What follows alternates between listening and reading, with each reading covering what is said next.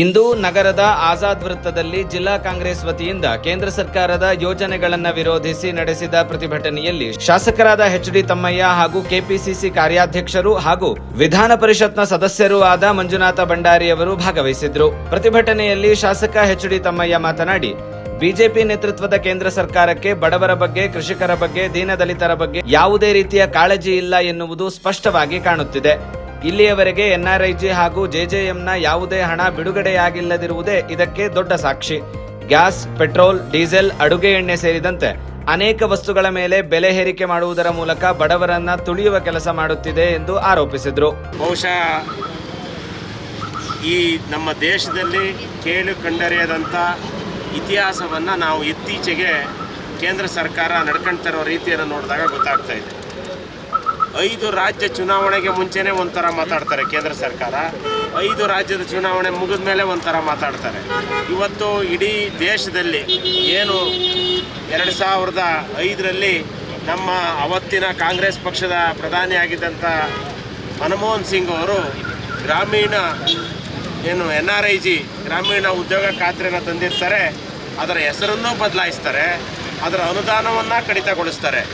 ಬಹುಶಃ ಇತಿಹಾಸದಲ್ಲಿ ಯಾವುದಾರ ಒಂದು ನಮ್ಮ ಕಾಂಗ್ರೆಸ್ ಪಕ್ಷ ಪ್ರಧಾನಿ ಆದಾಗ ತಂದಂಥ ಯೋಜನೆಯ ಹೆಸರನ್ನು ಬದಲಾಯಿಸಿ ಮತ್ತು ಅದಕ್ಕೆ ಬರುವ ಅನುದಾನವನ್ನು ಕಡಿತಗೊಳಿಸಿದಂಥ ಕೇಂದ್ರ ಸರ್ಕಾರ ಯಾವುದಾರು ಇದ್ದರೆ ಇವತ್ತು BJP ನೇತೃತ್ವದ ಕೇಂದ್ರ ಸರ್ಕಾರ. ಇವರಿಗೆ ಬಡವರ ಬಗ್ಗೆ ಕಾಳಜಿ ಇದ್ದಿದ್ರೆ, ಕೂಲಿಕಾರರ ಬಗ್ಗೆ ಕಾಳಜಿ ಇದ್ದಿದ್ರೆ ನಮ್ಮ ಮನಮೋಹನ್ ಸಿಂಗ್ ತಂದಂಥ ಏನು ಗ್ರಾಮೀಣ ಖಾತ್ರಿ ಉದ್ಯೋಗ ಯೋಜನೆಯನ್ನು ಹೆಸರನ್ನು ಬದಲಾಯಿಸ್ತಾ ಇರಲಿಲ್ಲ, ಅದಕ್ಕೆ ಅನುದಾನವನ್ನು ಕಡಿಮೆ ಮಾಡ್ತಾ ಇರಲಿಲ್ಲ. 60-40 ಸ್ಕೀಮ್ನಲ್ಲಿದ್ದಂಥ ಯೋಜನೆನ 90-10 ಸ್ಕೀಮ್ಗೆ ಮಾಡಿ ಅದಕ್ಕೆ ಒಂದು ದೊಡ್ಡ ಹೆಸರನ್ನು ಬದಲಾವಣೆ ಮಾಡುವ ಕೆಲಸವನ್ನು ಮಾಡಿದ್ದಾರೆ. ಇವತ್ತು ಇಡೀ ನಮ್ಮ ಜಿಲ್ಲೆಯಲ್ಲಿ ಇವತ್ತು ₹1 ಜೆಜೆಎಂಗೆ ಹಣ ಬಿಡುಗಡೆ ಆಗಿಲ್ಲ. ಗ್ರಾಮೀಣ ಖಾತ್ರಿ ಯೋಜನೆಯಲ್ಲಿ ₹1 ಹಣ ಬಿಡುಗಡೆ ಆಗಿಲ್ಲ. ಈ 2 ಯೋಜನೆಗಳಿಗೆ ರಾಜ್ಯ ಸರ್ಕಾರದ ಪಾಲು ಸಂಪೂರ್ಣ ನಮ್ಮ ಸನ್ಮಾನ್ಯ ಮುಖ್ಯಮಂತ್ರಿ ಆದ ಸಿದ್ದರಾಮಯ್ಯನವರು ಬಿಡುಗಡೆ ಮಾಡಿದ್ದಾರೆ. ಕೇಂದ್ರ ಸರ್ಕಾರದ ಪಾಲನ್ನ 1 ನಯಾ ಪೈಸೆ ಬಿಡುಗಡೆ ಮಾಡಿಲ್ಲ. ಜೆಜೆಎಮ್ಗೂ ಬಿಡುಗಡೆ ಮಾಡಿಲ್ಲ, ಎನ್ಆರ್ಐಜಿಗೂ ಬಿಡುಗಡೆ ಮಾಡಿಲ್ಲ, ಯಾವುದೇ ₹1 ಹಣವನ್ನು ಬಿಡುಗಡೆ ಮಾಡಿಲ್ಲ. ಅದನ್ನು ಬಿಡುಗಡೆ ಮಾಡಿಸ್ಬೇಕು ಅಂತ ಒಂದು ಒತ್ತಾಯದೊಂದಿಗೆ ಈ ಕಾರ್ಯಕ್ರಮವನ್ನು ಮಾಡ್ತಾ ಇದ್ದೇವೆ. ಏನು 5 ರಾಜ್ಯ ಮುಗಿದ ಮಾರನೇ ದಿವಸನೇ ಕಮರ್ಷಿಯಲ್ ಗ್ಯಾಸ್ನ ₹960 ಜಾಸ್ತಿ ಮಾಡ್ತಾರೆ. ಇವರಿಗೆ ತಾಕತ್ತಿದ್ದಿದ್ರೆ, ಇವರಿಗೆ ಶಕ್ತಿ ಇದ್ದಿದ್ರೆ ಪಂಚರಾಜ್ಯ ಚುನಾವಣೆ ಮುಂಚೆ ಹೇಳಬೇಕಾಗಿತ್ತು. ₹960 ಜಾಸ್ತಿ ಮಾಡಬೇಕಾಗಿತ್ತು. ಆಯ್ತಾ? ಇವತ್ತು ಪೆಟ್ರೋಲ್ ಮತ್ತು ಡೀಸೆಲ್ ಬೆಲೆನ ತಲಾ ಲೀಟ್ರಿಗೆ ₹3 ಜಾಸ್ತಿ ಮಾಡಿದ್ದಾರೆ. ಇದು ಅವರ ಒಳ ವರ್ಮವನ್ನು ಡಬಲ್ ಸ್ಟ್ಯಾಂಡರ್ಡ್ನ ತಿಳಿಸ್ತಾ ಇರ್ತಕ್ಕಂಥದ್ದನ್ನ ನಮ್ಮ ದೇಶದ ಜನ ಅರಿಬೇಕು ಅನ್ನೋ ಒಂದು ಮಾತನ್ನು ಈ ಸಂದರ್ಭದಲ್ಲಿ ಹೇಳಲಿಕ್ಕೆ ಬಯಸ್ತಾ ಇದ್ದೇನೆ. ಕಾಂಗ್ರೆಸ್ ಪಕ್ಷ ಏನು ಕೇಂದ್ರದಲ್ಲಿ ಅಧಿಕಾರದಲ್ಲಿದ್ದಾಗ ನರೇಗಾ ಯೋಜನೆ ತಂದಿದ್ದರಿಂದ ಇಡೀ ದೇಶದಾದ್ಯಂತ ಹಳ್ಳಿಗಳಲ್ಲಿ ಕಾಂಕ್ರೀಟ್ ರಸ್ತೆ ಇರ್ಬೋದು, ಶಾಲೆ ಇರ್ಬೋದು, ಶಾಲಾ ಕಾಂಪೌಂಡ್ ಇರ್ಬೋದು, ಎಲ್ಲ ಬಡವರ ಪರ ಯೋಜನೆಗಳನ್ನು ಮಾಡ್ತಾಯಿದ್ರು. ಆಮೇಲೆ ಬರೀ ಕೇವಲ ರಸ್ತೆ ಚರಂಡಿ ಮಾತ್ರ ಅಲ್ಲ, ರೈತರಿಗೆ ಕೃಷಿ ಹೊಂಡವನ್ನು ಮಾಡಿಕೊಡ್ತಾ ಇದ್ವಿ. ನಾವು NRIಜಿನಲ್ಲಿ ಕೃಷಿ ಹೊಂಡವನ್ನು ಮಾಡಿಕೊಡ್ತಾ ಇದ್ವಿ. ಈಗ ರೈತರ ಬದು ನಿರ್ಮಾಣಕ್ಕೆ ದುಡ್ಡು ಕೊಡ್ತಾ ಇದ್ವಿ. ಕೃಷಿ ಹೊಂಡಕ್ಕೆ ದುಡ್ಡು ಕೊಡ್ತಾ ಇದ್ವಿ. ಅದೇ ರೀತಿ ಇವತ್ತು ರೈತರಿಗೆ ವೈಯಕ್ತಿಕ ಸೌಲಭ್ಯಗಳಿದ್ದಂಥದ್ದನ್ನೆಲ್ಲ ತೆಗೆದು ಇವತ್ತು ಈ ಒಂದು ಹೊಸದಾಗಿ NRIಜಿ ಸ್ಕೀಮ್ನ ಮಾಡಿದ್ದಾರೆ.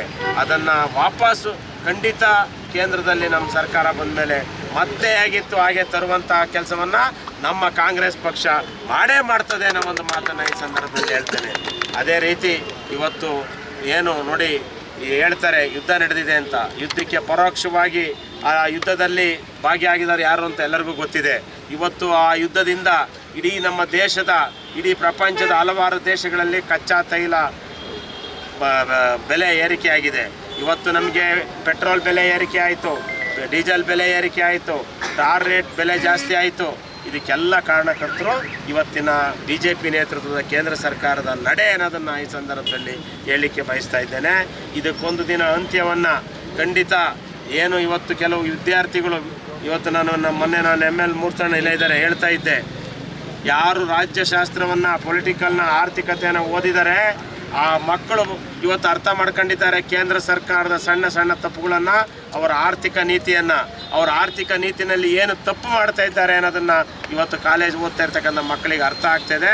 ಮುಂದೊಂದು ದಿನ ಎಲ್ಲ ಕಾಲೇಜು ವಿದ್ಯಾರ್ಥಿಗಳಿಗೆ ಅದು ಅರ್ಥ ಆದ ಮೇಲೆ ಮತ್ತೆ ಈ BJP ಸರ್ಕಾರವನ್ನು ಕಿತ್ತಾಕಿ ಕೇಂದ್ರದಲ್ಲಿ ನಮ್ಮ ರಾಹುಲ್ ಗಾಂಧಿ ನೇತೃತ್ವದ ಕಾಂಗ್ರೆಸ್ ಸರ್ಕಾರ ಕೇಂದ್ರದಲ್ಲಿ ಬಂದೇ ಬರ್ತದೆ ಅನ್ನೋ ಒಂದು ಮಾತನ್ನು ಈ ಸಂದರ್ಭದಲ್ಲಿ ಹೇಳ್ತಾ, ಬಡವರ ಪರ ಕೆಲಸ ಮಾಡುವಂಥ, ಬಡವರ ದೀನದಲಿತರ ಬಗ್ಗೆ, ಎಲ್ಲ ವರ್ಗದ ಬಡವರ ಬಗ್ಗೆ, ಅಲ್ಪಸಂಖ್ಯಾತರ ಬಗ್ಗೆ, ಹಿಂದುಳಿದ ವರ್ಗದ ಬಗ್ಗೆ ಕೆಲಸ ಮಾಡುವಂಥ ಪಕ್ಷ ಈ ದೇಶದಲ್ಲಿ ಯಾವ್ದಾರ ಇದ್ದರೆ ಅದು ರಾಹುಲ್ ಗಾಂಧಿ ನೇತೃತ್ವದ ಕಾಂಗ್ರೆಸ್ ಪಕ್ಷ ಅಂತ ಹೇಳಲಿಕ್ಕೆ ಬಯಸ್ತೇನೆ.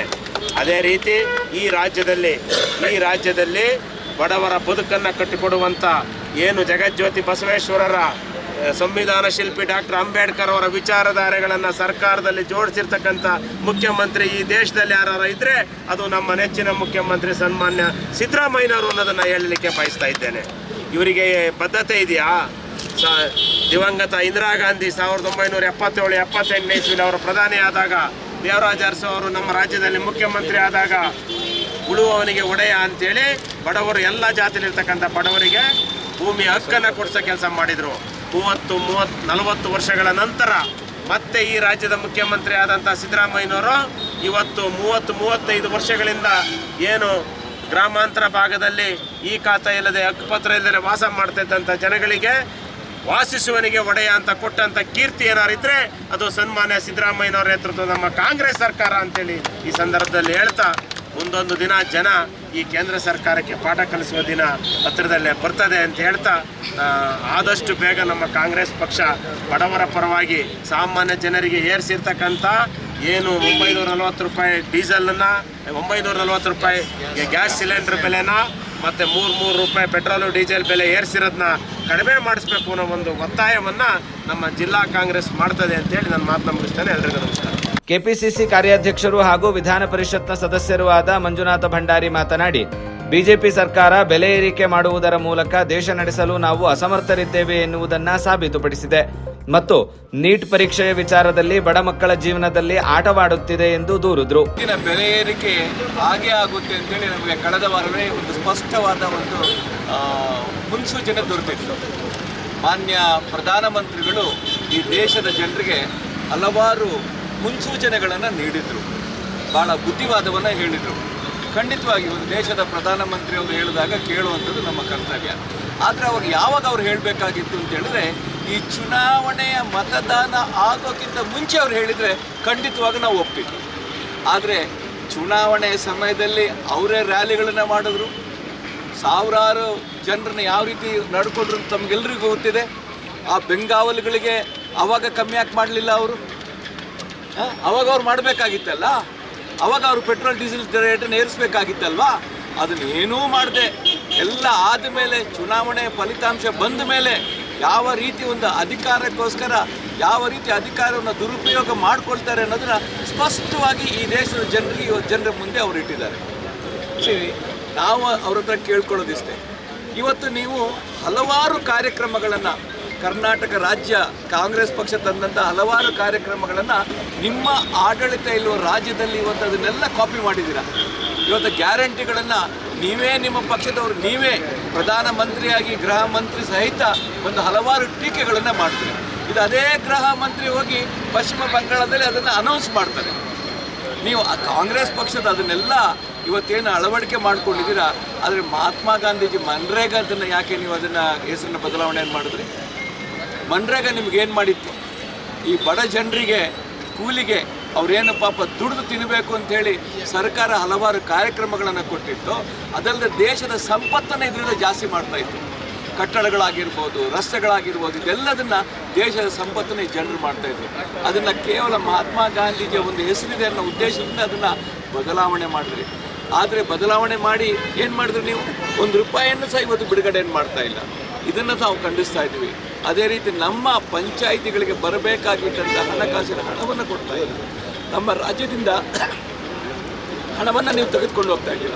ಅಂಥದ್ದನ್ನು ಯಾಕೆ ಇವತ್ತು ನೀವು GST ಮೂಲಕ ವರ್ಷಕ್ಕೆ ಸುಮಾರು 5 ರಿಂದ 6 ಲಕ್ಷ ಕೋಟಿ ರೂಪಾಯಿನ GST ಮೂಲಕ ನೀವು ಕಲೆಕ್ಟ್ ಮಾಡ್ತಾ ಇರೋರು, ನೀವು ಅವತ್ತು ಮಾಡಿ ಇವತ್ತು ಇವರು ನಾವು ಇಲ್ಲಿಂದ ನಾವು ದುಡ್ಡು ಕಲೆಕ್ಟ್ ಮಾಡ್ತಾ ಇಲ್ಲ ಅಂತ ನೀವು ಹೇಳಿ ಅಲ್ಲ.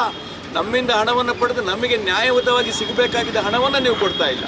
ಇದನ್ನೆಲ್ಲ ನಾವು ಕೊಡಬೇಕು ಅಂತ ಹೇಳಿಬಿಟ್ಟು ಈ ಬೆಲೆ ಏರಿಕೆಯನ್ನು ಖಂಡಿಸಿ ಇವತ್ತು ನಮ್ಮ ಚಿಕ್ಕಮಗಳೂರು ಜಿಲ್ಲಾ ಕಾಂಗ್ರೆಸ್ಸಿನವರು ಒಂದು ಸಾಂಕೇತಿಕವಾಗಿ ಈ ಒಂದು ಸೂಚನೆಯನ್ನು ನಿಮಗೆ ಕೊಡ್ತಾ ಇದ್ದೀವಿ. ಈ ದರಕೆಯನ್ನು ಖಂಡಿಸಿದ್ದೀವಿ ಅಂತ ಹೇಳಿ ನನ್ನ ಪ್ರತಿಭಟನೆಯಲ್ಲಿ ಜಿಲ್ಲಾ ಕಾಂಗ್ರೆಸ್ ಅಧ್ಯಕ್ಷರಾದ ಅಂಶುಮಂತ್, ಬ್ಲಾಕ್ ಕಾಂಗ್ರೆಸ್ ಅಧ್ಯಕ್ಷರಾದ ಮಂಜೇಗೌಡ, ಗ್ಯಾರಂಟಿ ಸಮಿತಿ ಅಧ್ಯಕ್ಷರಾದ ಶಿವಾನಂದ ಸ್ವಾಮಿ, ಕೆಫೆಕ್ ಅಧ್ಯಕ್ಷರಾದ ಬಿಎಚ್ ಹರೀಶ್ ಸೇರಿದಂತೆ ಅನೇಕರು ಉಪಸ್ಥಿತರಿದ್ದರು.